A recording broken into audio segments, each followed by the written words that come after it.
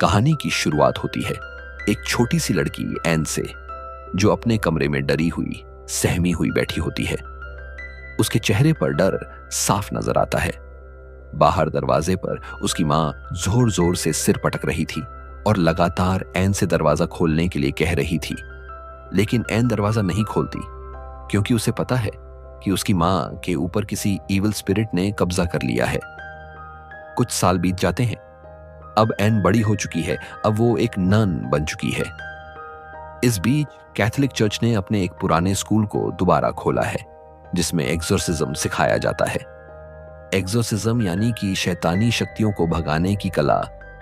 यह स्कूल 1835 में था, जिसे बाद में बंद कर दिया गया था, और अब कैथोलिक चर्च ने इसे एक बार फिर से खोला है।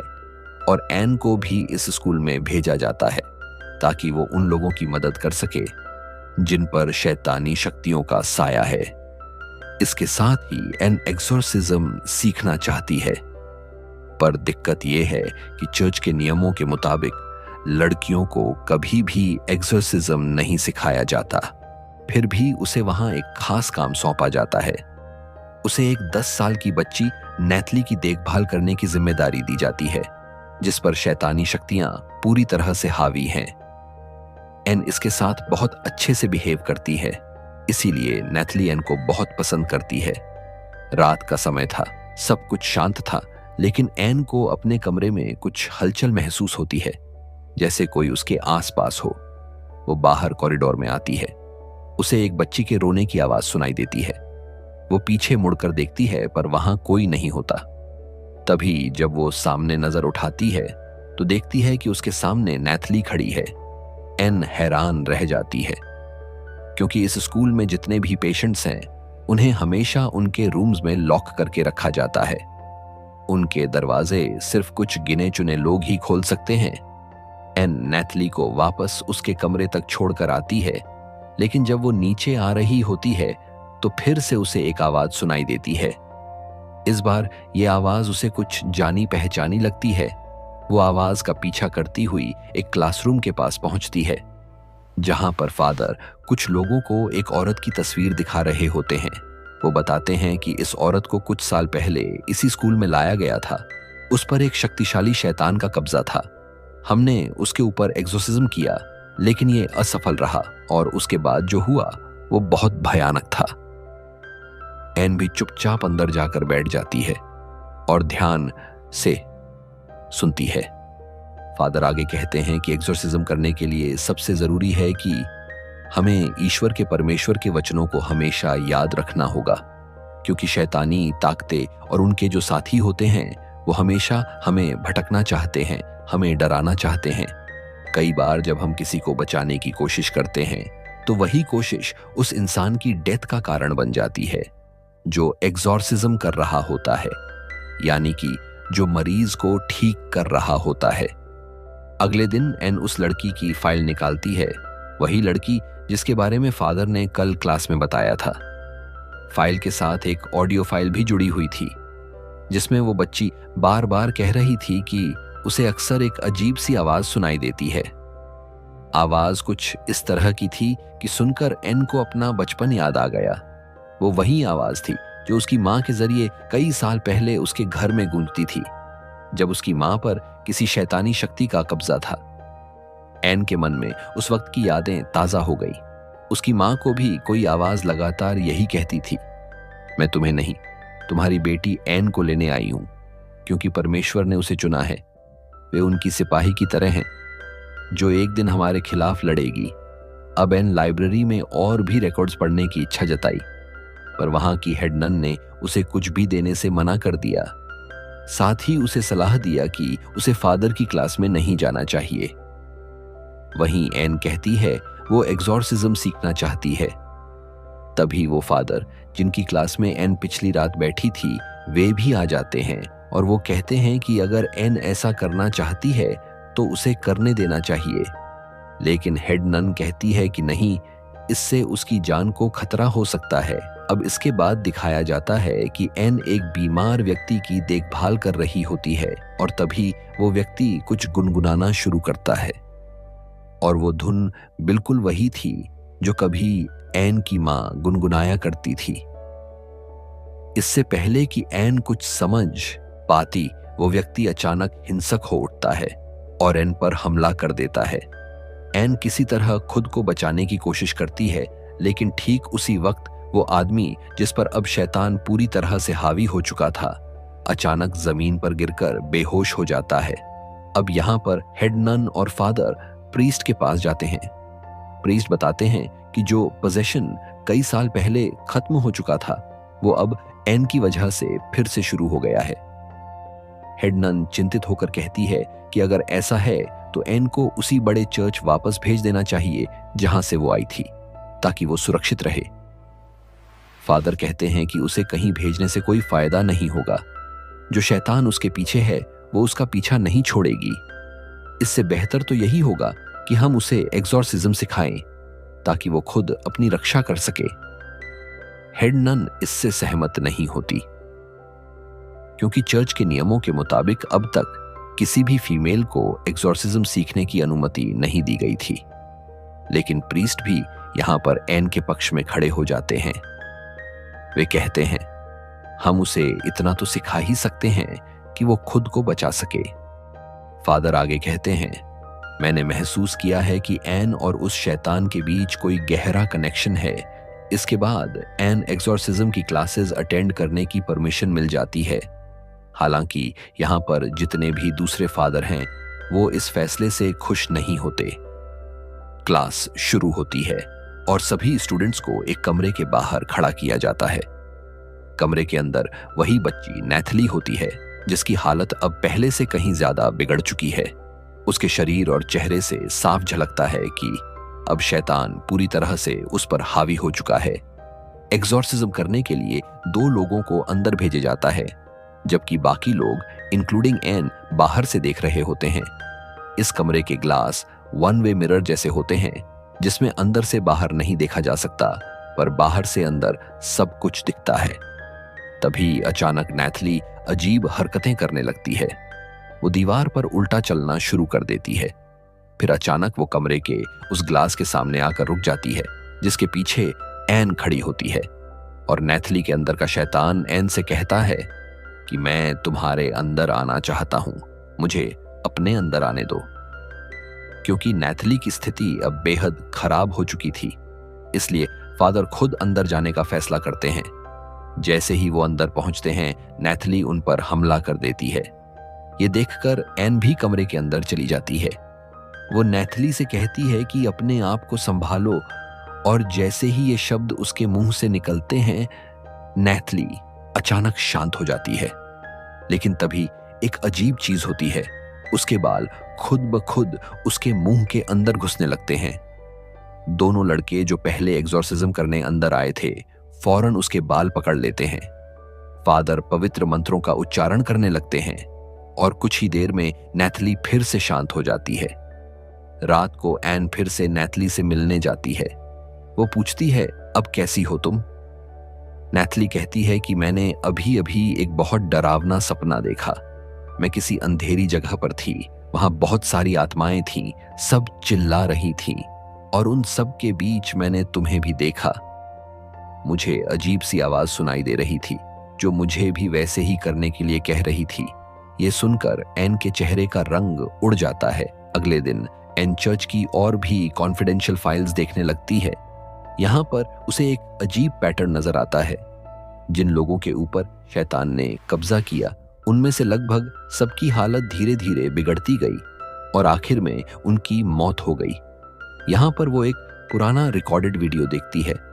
उसमें एक लड़की दिखाई देती है जो पहले पहले शैतान के कब्जे में थी, लेकिन बाद में पूरी तरह ठीक हो गई थी। वो लड़की बताती है कि शैतान हमें हमारे गुनाहों की याद दिलाता है, हमें शर्मिंदा महसूस करवाता है, और जब हम खुद को माफ नहीं कर पाते तब वो जीत जाता है। इसके बाद भले ही वो हमारे अंदर से निकल जाए, लेकिन हम हमेशा उसी गिल्ट और रिग्रेट में फंसे रहते हैं। सारी बातें जानने के बाद एन सीधा फादर के पास पहुंचती है और कहती है, एक्सॉर्सिज्म के दौरान केवल शैतानी शक्तियों को निकालना नहीं चाहिए, बल्कि इंसान के अंदर की इनर स्ट्रेंथ को भी जगाना चाहिए। क्योंकि शैतान हमेशा हमारे गुनाह और शर्मिंदगी का इस्तेमाल करता है हमें तोड़ने के लिए। फिर फादर सवाल करते हैं, अगर ऐसा है तो बताओ, नैथली जैसी 10 साल की मासूम बच्ची पर शैतान ने कब्जा कैसे किया? उसने तो ना कोई गुनाह किया, न किसी तरह की शर्मिंदगी महसूस की। एन के पास इस बात का कोई जवाब नहीं होता। तभी एन के साथ का एक दूसरा स्टूडेंट ये पूरी बातचीत सुन लेता है। कुछ देर बाद वो एन के पास आता है और कहता है, मेरी बहन की हालत बहुत खराब है। मुझे लगता है किसी इविल स्पिरिट ने उस पर कब्जा कर लिया है। प्लीज मेरी मदद करो। एन बिना देर किए उसके साथ उसकी बहन के घर पहुंचती है। वहां उसे पता चलता है कि उसकी बहन ने कुछ समय पहले अपना बच्चा खो दिया था और तब से वो अपने आप को गिल्टी महसूस कर रही थी। एन उसे समझाती है, तुमने कोई गुनाह नहीं किया, बच्चे का जाना तुम्हारी गलती नहीं थी। ईश्वर अब भी तुमसे प्यार करते हैं, तुम्हें खुद को माफ करना होगा। धीरे धीरे उसकी बहन का चेहरा शांत होने लगता है और उसका शरीर कांपना बंद कर देता है। लेकिन जैसे ही शैतान को एहसास होता है कि अब वो उसके माइंड पर कंट्रोल नहीं रख सकता, वो और ज्यादा गुस्सा हो जाता है और आखिरी बार पूरी ताकत से हमला करता है। मगर इस बार हालात अलग है। उसकी बहन अब अंदर से मजबूत हो चुकी होती है। उसके मन में न कोई शर्मिंदगी बची होती है, न गुनाह का एहसास। इसलिए शैतान का उस पर कोई असर नहीं होता और आखिरकार वो हार मानकर वहां से चला जाता है और इस तरह से एन उसकी बहन की जान बचा लेती है। घर से निकलने के बाद एन उस लड़के को अपने बीते हुए जीवन के बारे में बताती है। वो कहती है कि मेरी मां की मौत के बाद मुझे एक बहुत अमीर फैमिली ने अडॉप्ट किया था। कुछ सालों तक सब कुछ ठीक रहा, लेकिन फिर मेरी जिंदगी ने करवट ली। बिना शादी के मैं प्रेग्नेंट हो गई, जिससे उस परिवार की बहुत बेइज्जती हुई। उन्होंने मुझे घर से निकाल दिया। एन आगे कहती है, उसके बाद मैंने एक लड़की को जन्म दिया, लेकिन नन ने मेरी बेटी को मुझसे अलग कर लिया क्योंकि मैं उसकी देखभाल नहीं कर सकती थी। उसी दिन मैंने ठान लिया कि मैं भी नन बनूंगी ताकि मैं दूसरों की मदद कर सकूं और अपने गुनाहों का प्रायश्चित कर सकूं। जब मैंने अपनी बच्ची को छोड़ा तो मैंने उसके पास एक क्रॉस रखा था, वही क्रॉस जो मेरी मां ने मुझे बचपन में दिया था।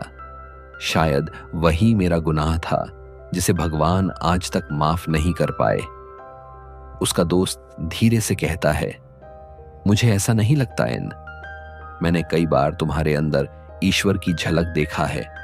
वो तुम्हें पहले ही माफ कर चुके हैं। कुछ देर के बाद दोनों वापस स्कूल लौट आते हैं। रात को जब एन अपने कमरे में होती है, उसकी आंख से कोई अजीब सी काली चीज निकलती है। वो डर जाती है।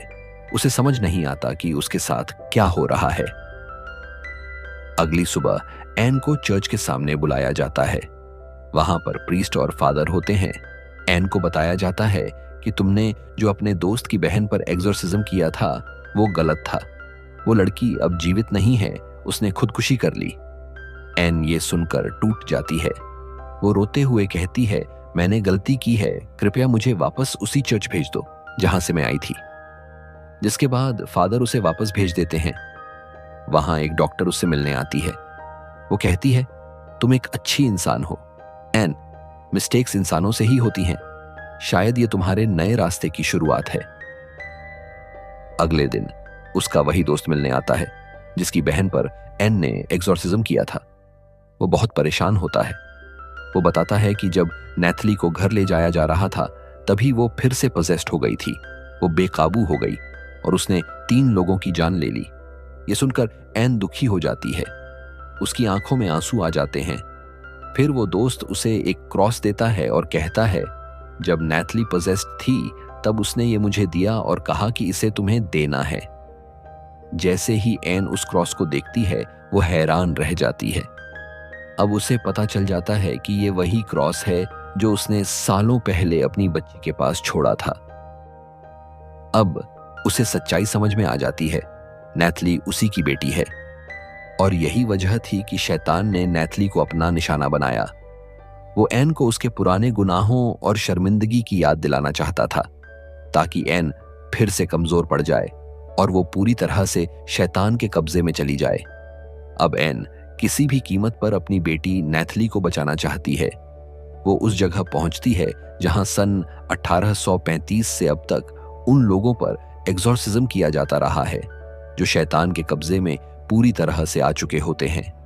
नैथली को लोहे की सलाखों के पीछे बंद कर दिया गया है और कई प्रीस्ट्स मिलकर उस पर एग्जॉर्सिज्म रिचुअल कर रहे होते हैं। लेकिन इस बार वो सब बेअसर साबित होता है। शैतान अब नैथली के अंदर पूरी तरह हावी हो चुका है। अचानक नैथली के अंदर का शैतान सब पर हमला कर देता है। जो भी लोग वहां होते हैं वो सब मारे जाते हैं। उसी समय एन वहां पहुंचती है। वो अपनी बेटी को देखकर टूट जाती है, पर फिर भी उसे शांत करने की कोशिश करती है। लेकिन वो समझ जाती है ये वही शैतान है जिसने सालों पहले उसकी मां को मारा था, और अब वही शैतान उसकी बेटी के अंदर है। एन को अब सब कुछ समझ में आ जाता है कि उसकी मां ने क्यों खुद की जान ली थी, ताकि वो उस शैतान को अपने साथ ले जाए, ताकि वो एन के पास कभी ना पहुंचे। अब एन जानती है कि इस लड़ाई को खत्म करने का बस एक ही तरीका है, वो खुद को बलिदान कर दे। क्योंकि एन खास होती है, इसलिए शैतान खुद उसके अंदर नहीं जा सकता। इसलिए एन शैतान से कहती है, तुम मेरे अंदर आ जाओ, और शैतान नैथली के शरीर को छोड़कर एन के अंदर चला जाता है। फादर नैथली को वहां से सुरक्षित निकाल लेते हैं, लेकिन अब एन पूरी तरह से पजेस्ड हो चुकी है। वो फादर को वहीं कैद कर देती है और अपनी बेटी तक पहुंच जाती है। वो नैथली को उठाकर पानी में डुबाने लगती है। ये कोई साधारण पानी नहीं, बल्कि पवित्र पानी होता है। और जैसे ही वो अपनी बेटी को नीचे डुबाने लगती है, उसी पल उसकी मां की आत्मा प्रकट होती है। वो एन को याद दिलाती है कि वो कौन है, किस लिए परमेश्वर ने उसे चुना था, और कितने लोगों ने उसे बचाने के लिए अपनी कुर्बानी दी थी। ये सुनकर एन के अंदर की असली शक्ति जाग जाती है। वो शैतान से भीतर ही भीतर लड़ने लगती है। वो अपने गले में होली क्रॉस पहनने की कोशिश करती है और पूरी ताकत से खुद को पवित्र पानी में डूबा देती है। पानी में डूबने के बाद शैतान उसके शरीर से बाहर निकल जाता है। अगले सीन में दिखाया जाता है कि एन अस्पताल में बिस्तर पर है। वहीं नैथली उससे मिलने आती है। वो अब पूरी तरह से ठीक है। एन उसे अपनी बेटी होने की बात नहीं बताती, जिसके बाद नैथली अपने अडॉप्टिव पेरेंट्स के पास लौट जाती है। अब एन दोबारा अपने स्कूल यानी चर्च लौट आती है। वहां फादर और दूसरे प्रीस्ट्स तय करते हैं कि एन को अब एग्जॉर्सिज्म की कला सिखाई जाएगी, क्योंकि वो एक खास आत्मा है जिसे ईश्वर ने चुना है लोगों की मदद करने के लिए।